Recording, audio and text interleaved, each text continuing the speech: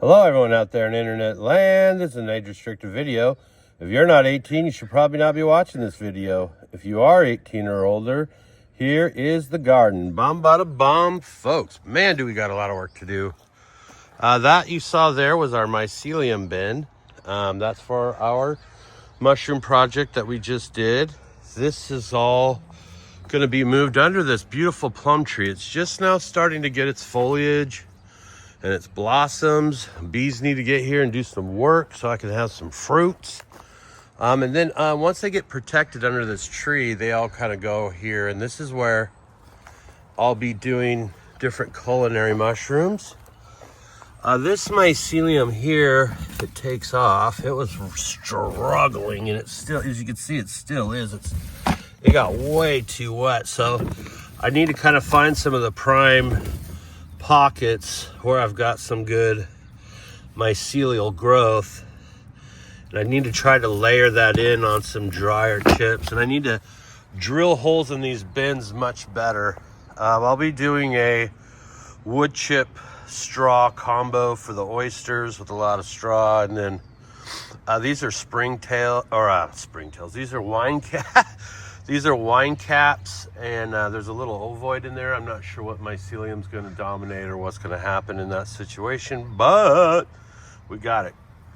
All right, and so now we can go ahead and take a look at the rest of the garden. Luca's waiting for his buddy. Jake's coming over, so he'll be over soon. He wants his buddy real bad. So I hope he comes while I'm filming too, because you should see these guys' shenanigans. Well, Doc came a little late, but that's Luca's bestie, man. Him and Doc are buddies. And Doc's probably about 4 months older than Luca, maybe even 5 months older. Yeah, good job, Luca. You got to make sure he poops right. Did that guy just poop at your house, man? What the hell? Who does that? Who just comes over and poops at someone's house?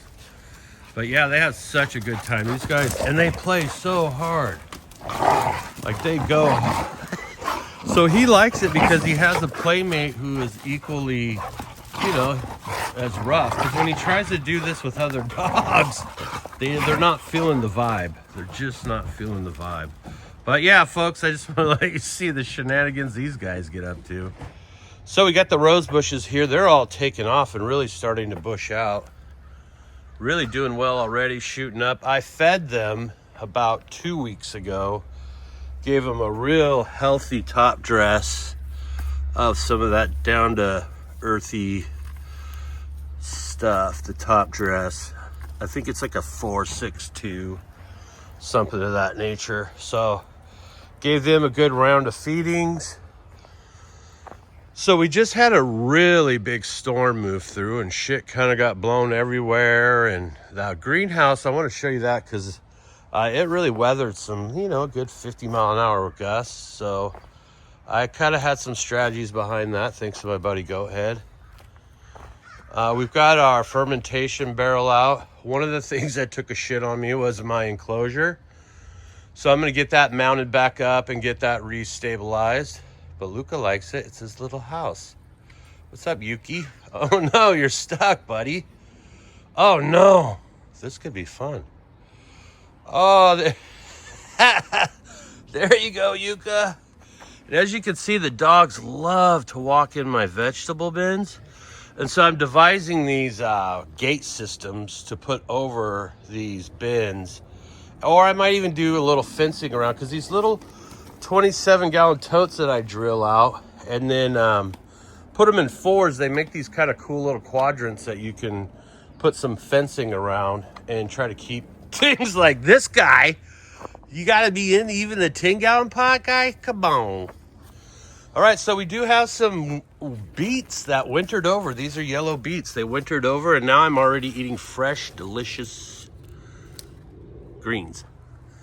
These are the 2 roses that I cloned from the neighbor's rose bush just to see if I could. And they're doing great. I'm stoked on it. This is a patch here. I think I'm going to do like all carrots in here. One of my strategies for this season is to grow stuff that I really like to eat and that I can use for medicinal products and for nutrients. So I want to put in a bunch of carrots in here, and I want to be able to use those carrots as a ferment and to feed the microbes in my indoor garden. Microbes seem to like carrot fermentations. It has a broader spectrum of goodies for it rather than like targeted sugars.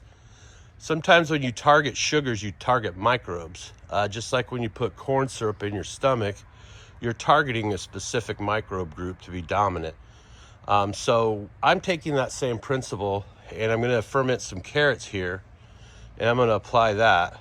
As you can see, bamboo bush, she flowered out.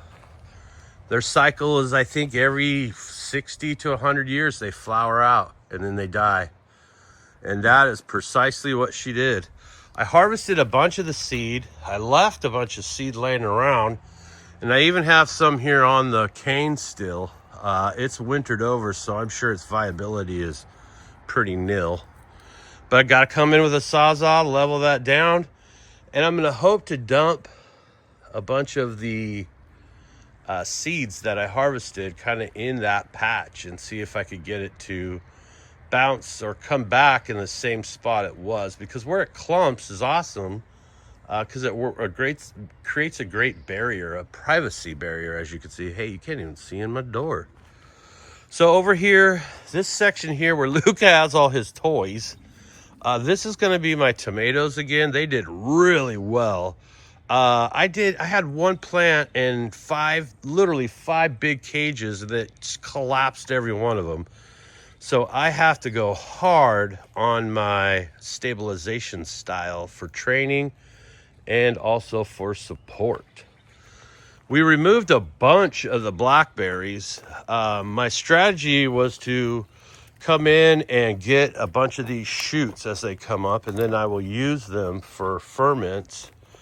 And the blackberry ferment that I made from just the shoots are full of salicylic acid, and they're also full of immense natural growth hormones, because those things, chemistry in those shoots is designed to explode. And so you extract that chemistry and you apply it to your plants to make them explode. And I've been using it mostly as a foliar because I have not a lot of it. So I'm hoping to get a bunch more shoots. I might even just rob this place of fruits because there's so many really good off-road blackberry patches around my area that you could just go fill buckets if you want. So that, I think, is going to be the strategy, maybe up until June or so, July. Maybe get in here and just harvest these shoots, because all these canes are going to be shooting off explosive shoots, and then stuff's going to be coming out of the ground as well. So that is the hope and the dream for the blackberry patch. I put out some more living soil. We had, like I said, a pretty decent storm. I wanted to see what my how my wall would work for, keeping the soil in place. And I think it did pretty good. As you can see, it stayed in place pretty well. And so did the soil. So my Hugo mound or Hugo bed that I made is doing great. I'm going to do some more layering on this one. And this is all living soil that came out of my flower room after one run. So that's exciting. Over here we have strawberries that are making it over, wintered over. And then I got so much cleanup to do. I have been dealing with a lot of pain cycles and trying to get that figured out. But yeah, I got to get in here, clean some of this stuff out. But I got my little orchard going. This is my plum tree here. This is a purple plum. Then I got another purple plum. And then I got a lonely pear tree that I got to either get rid of or get in the ground, because they won't fruit unless there's more than one. So I think I got to pick up another pear tree. And then I think I'm just going to throw them in the ground here. And then they'll run up against this raspberry bush, which has really grown out this year. It's put out new growth out, extended from the main. So and over there. So I'm going to try to start training this thing to be a nice, well-producing raspberry bush. And the raspberries on this taste amazing. Here's my soil pile. This is a lot of recycled soil from indoors that I've been using. So I'll be doing that to do a lot of the projects. I have a few bags of King's Mix that I had out in the garage that I'm going to use. The pots section needs to be processed. I got a lot of pots. But I wanted to talk about the greenhouse. The greenhouse weathered probably 3 pretty major storms this year. And working with Goathead on this thing, he thought it would be a good idea to go ahead and keep this panel open. And we took this window off.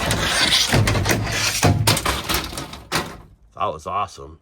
So we took that window off, but when I put it back on, I didn't mount it.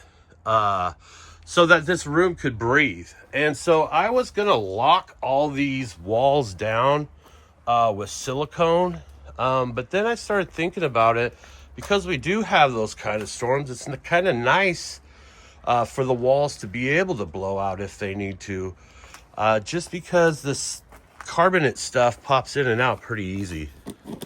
I mean, these panels are easy to replace and they pop in and out really easy. They have these pin systems that you just kind of lock them in place with. And I just put like, I don't know, I think it called for like 10 pins, 5 on each side. I just put 3 on each side. And it holds it in place, as you can see. And it does a great job, but then if the wind comes, it gets funky, it'll just blow out one of these panels.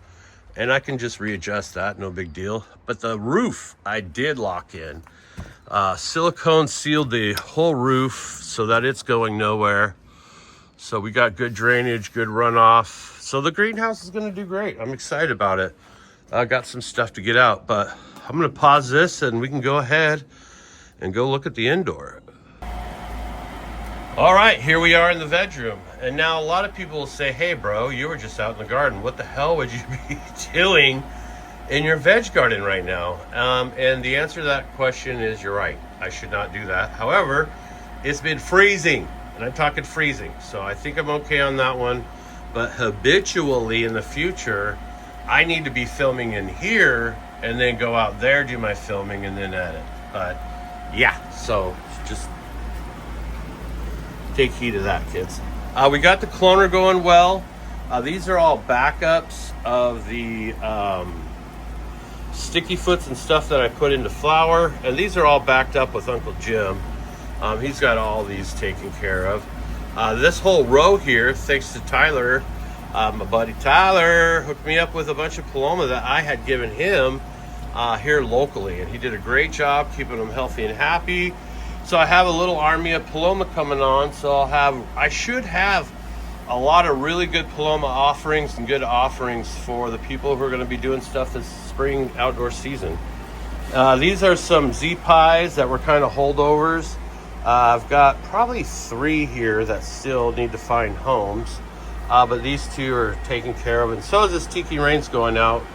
Someone on Dude Grows won those a little bit, probably a couple weeks ago, but they just got a hold of us, so we're getting that out, folks. These are the stripy peppers. They're Peppa Peach stripies. Pretty excited about this. This is going to be like a Trinidad Scorpion style structure, but it's super sweet and super not hot. So I'm excited about that one. As you can see, we've got some growth, folks. And I've got this on a heat mat. I put some of the lids from the jar, the bowl jar lids, to kind of prop up this to keep it out of the water, so that I don't constantly have to worry about putting water in this thing and it drying out. I just fill a good decent reservoir of water in it. I made this little bin here, just kind of a makeshift DIY deal. This is another pepper I found, and I was supposed to do my homework before I shot this video to tell you all about it, but I found this pepper. It's super hot. It's from the Andes Mountains, and it grows in like 60 to 70 degree temperatures.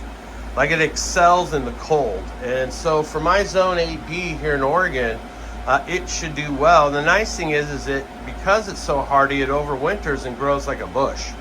Like, there's some places that have them that look like trees, small trees. And they just produce these wonderful, hot, sweet peppers that are actually rather medium large. They're not thin like a ghost pepper. The ghost peppers are super thin. Here I've got some more. This came in a week or so after. Those are more stripies, and then I got some Trinidad scorpions in the back. This is the veg room right now. This is going to be the genetics that I'm working with. All of these plants here in the corner that have not been topped, these are ones that I cracked, and I need to get sexed by Farmer Freeman. I should have done that when they were in the solo cut, but I just had a hard time. I've been struggling a bit with my pain cycles. The spinal implant in my back is not working anymore, and my battery came loose. So I got to go in for surgery and get all that stuff put back together and blah, blah, blah, all that stuff you don't want to hear. Anyways, we got our reservoir and stuff here. We got a few dishes in the sink I got to do. But I want to talk about these. This is my ghost pepper project. I cracked a bunch of ghost peppers, and I'm literally going to grow these in here, I think, until the first week of July. I want it to be really nice outside before I get these out. However, peppers don't really like being in containers for very long, so I'm kind of dealing with that. If it does start to warm up and we start getting into warmer weather, I'll just transfer these out into the greenhouse and let them acclimate a little early so that I can get them in the ground.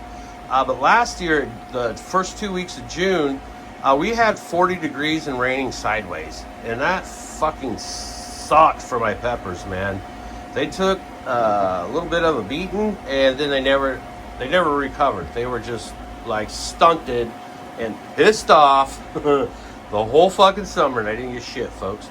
All those peppers that I processed into oil, all of those came from my buddy Dave. Dave hooked me up. He had I think it was like a 4-foot by 100-foot row of a bunch of amazing peppers. And so I took a bunch of seeds, and I grew out, or I harvested a bunch of mixed peppers. But at the grow shop I go to, the guy had ghost peppers. He just had 2 in his backyard. And he gave me a couple, and I brought that home. And I used those seeds because they're more isolated and not, like the seeds I got from Dave could be a mix of who knows what, a bunch of amazing things.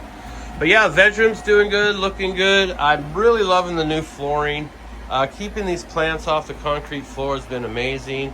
I am waiting for my EIN number from Social Security still, or from the IRS still. I sent that off like 3 weeks ago, and they said the wait time is only 4 to 10 days, and it's been like 3 weeks. So I got to get on the horn with them, because once I get my EIN number, then I can start, putting Tokin's Roots products out there, not only online for digital sales, but there's a lot of places here locally that have healing centers, chiropractic centers.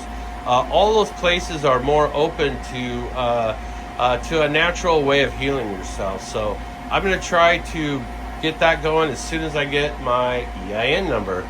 Here's my board. I threw up my labeling for my phenos that I'm testing right now, or that I'm going to be having. And in the flower room, which we'll go look at there, Dana had made this for me. Shout out to Dana. All right, so in here, things changed a bit. I did not get to paint all the walls and stuff like I wanted to, but I did get all the flooring in. Did get some stuff rearranged. I got my big old Buddha in the corner. He's gonna be chilling on this run. Look at him putting out the love all over this shit, man. So I'm hoping it's gonna go really good. Last night I dropped the scrog, folks. I let these plants kind of come up a bit and let them get kind of their branch structure out. So now that I've trained these down, all of these nodes here are gonna pop up, and I'm hopefully gonna get nodes in every square, even with only these. Looks like I got 8 plants in here, which is not that many compared to how many I've done in the past. So I let these veg out for they were mothers first. There's 2 rounds of clones that were taken off these plants. And so these were the leftover moms. And some of the spots where I had taken clones was kind of stumpy, and the offshoots split whenever I trained them. But as you can see, it has not affected their ability to grow. So I did tape this guy here. But this guy here, I'm just going to let it rock and see how it kind of heals itself. We're also going to look at the difference of throwing a plant into like I think these are like a 3-week veg. Yeah, probably a 3-week veg. And I took one top off each one to get into the cloner. But I do have a Z-Pie in here. I got a Sticky Foot number 5 from Uncle Jim. I got a Cherry Gush number 2 from Uncle Jim. He's got me a Sticky Foot 4 and a Sticky Foot 1. And Sticky Foot is the one I think is going to be the shining star of this last run. A lot of people are getting pineapple candy, pineapple gas, and all kinds of sweet and gassy and funky and fruity and all that cool shit. So the Sticky Foot's doing really well. I will be releasing these seeds on 420. I'll be getting a menu put together for the last breeding run, which we used a Gushers BX male, crossed it with a bunch of amazing shit from amazing people. And so I'm going to have that all available on 420. But the Sticky Foot seems to be something that people are really gravitating to. We did have reports of instability in the Blue Slushies line and unfortunately the Cherry Gush. So I'm going to put those in a buyer beware. And if you want to use your SOPs to hunt through those and find stability, you'll be able to do that. If you want to pass and move on to something that the community has tested out and seems to be more stable, I'll also have that available. The other one that's doing really good is the Golden Gift. The Golden Gift was the Ringo's Gift by Gushers BX, which has the potential to be a type 2 1-to-1 style offering. And so I'm really excited about that. I hope people get some testing done and find some really good type 2s that taste amazing, look amazing, because I think people are starting to get more into multiple cannabinoids being dominant in their flower rather than just a high THC flower. So stoked about all this stuff, folks. I'm glad to get caught up. I've had so much shit going on, but want to do some regular content. And once we get things going, I've met with an editor. He's a buddy of mine, Mushpocalypse, and he is a professional editor, not just, well, I mean, you can be professional at anything you do nowadays, but he's like employed in the industry, I'll just say that. But he's an awesome guy and an awesome editor, so hopefully I'll be able to start doing more content that doesn't look like this. Hey guys, look at all that goes up. So we'll get that done soon. I'm really hoping to launch Tokin's Roots on 420. Yeah, folks, I appreciate all your support.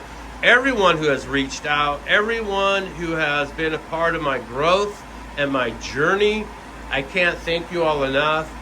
Times like these, growers' love is really important.